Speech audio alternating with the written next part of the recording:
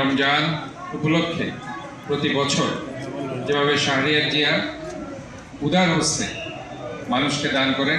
পবিত্র মাহে রমজান উপলক্ষে ৯ নম্বর উত্তর পাহাড়তলী ওয়ার্ড বিএনপির যুগ্ম আহ্বায়ক ও কাউন্সিলর পদপ্রার্থী এস.এম. জিয়াউর হুদা শাহরিয়ার জিয়ার ব্যক্তিগত আয়োজন ও ব্যবস্থাপনায় আলহাজ ইসাক নূর ভবনে চট্টগ্রাম সিটি কর্পোরেশনের চসিক মেয়র ডক্টর শাহাদাত হোসেনের পক্ষে ৯ নম্বর ওয়ার্ড উত্তর পাহাড়তলী ওয়ার্ডের সুবিধাবঞ্চিত ১৫০০ পরিবারের মাঝে ইফতার সেহরি সামগ্রী বিতরণ করা হয়েছে।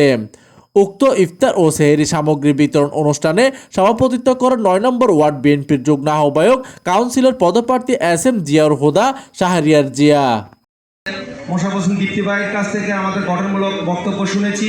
ওনাদের সামনে আসলে বক্তব্য দেওয়ার মতো আমার এরকম সাহস নেই।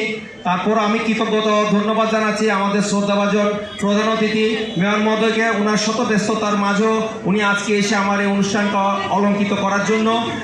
উক্ত অনুষ্ঠানে প্রধান অতিথি হিসেবে উপস্থিত ছিলেন চট্টগ্রাম সিটি কর্পোরেশনের মেয়র ডক্টর শাহাদাত হোসেন। এই সময় তিনি গণমাধ্যমকে বলেন, মাহে রমজান উপলক্ষে প্রতি বছর যেভাবে শাহরিয়ার জিয়া উদার হস্তে মানুষকে দান করেন, এটা আসলে এই সমাজে অত্যন্ত বিরল।